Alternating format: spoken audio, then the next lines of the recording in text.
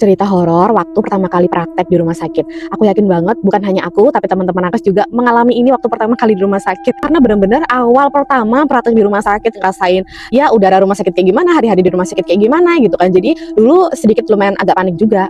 Jadi gini ceritanya, tahun 2013 waktu itu aku praktek di rumah sakit pertama kalinya. Meskipun aku bidan, tapi juga kita tetap ditempatkan di bangsal dulu ya untuk pertama. Dan malam pertama di minggu pertama waktu itu, terus waktu malam kedua, nah itulah mulai terjadi hal-hal yang kurang enak menurut aku. Udah nih biasa kalau kita shift malam ya udah datang operan, udah gitu-gitulah pokoknya. Sekitar jam setengah 1 malam, ya biasa kan pasien kayak mencet bel gitu-gitu kan. Nanti kita datang, entah infusnya habis, entah infusnya lepas, entah pokoknya apapun lah itu kan.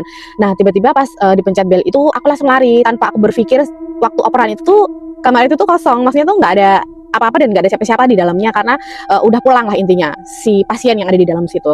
Terus aku lari kan, ya namanya juga aku baru kan, jadi aku nggak pikirin gimana-gimana. Habis itu aku lihat oh nomor ini, aku lari gitu karena kita tuh udah dikasih tanggung jawab masing-masing lah waktu itu, meskipun kita cuma praktek ya, baru anak praktekan, tapi kita punya tanggung jawab kan.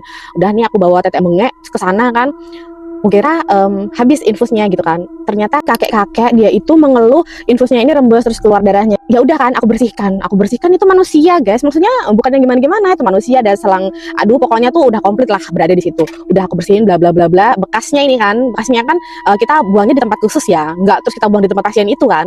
Udah kan aku balik lagi tek tek tek tek, terus mbaknya bilang kenapa, katanya kayak gitu. Ini kamar nomor ini mbak, tadi infusnya itu mau lepas terus kayak ini darahnya tuh naik ke atas gitu kan, tapi tuh di tangannya tuh kayak berdarah, makanya tak lap-lapin. Ya mana, katanya gitu. Itu di kamar nomor ini, aku bilang kayak gitu. Gak ada pasien dia di sana, itu gak ada pasien. Kamu gak denger yang tadi operannya kayak gimana, bla bla bla gitu. Terus aku kayak, hah masa? Terus aku datang lagi ke kamar itu, dan beneran di kamar itu gak ada siapa-siapa, bersih. Jadi beneran di kamar itu gak ada orang, gak ada, pokoknya kamarnya bersih lah. Kayak pasien udah pulang kan, ya udah kamarnya bersih kan. Tapi yang anehnya itu tadi, bekas aku bersihin tangannya si mbah-mbah yang kayak itu tadi, itu nodanya masih ada di kapas, di kasa masih ada, tapi orangnya nggak ada.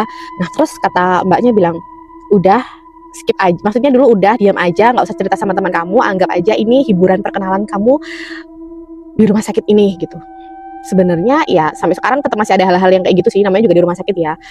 Tapi ternyata dulu yang aku kan nggak percaya ya, maksudnya emang ada ya di rumah sakit kayak gitu, tapi ternyata ya aku ngalamin sendiri gitu. Banyak sih teman-teman yang mengalami hal, cuman beda cerita. Jadi sebenarnya kalau misalnya ada cerita mistis di suatu rumah sakit, itu sebenarnya benar. Karena dulu kita juga prakteknya nggak di satu rumah sakit kan, banyak di rumah sakit A, di rumah sakit B, di rumah sakit C, dan setiap rumah sakit itu punya cerita horornya masing-masing, dan itu memang benar, bukan hanya cerita-cerita kayak hoax aja, bukan, itu memang benar gitu.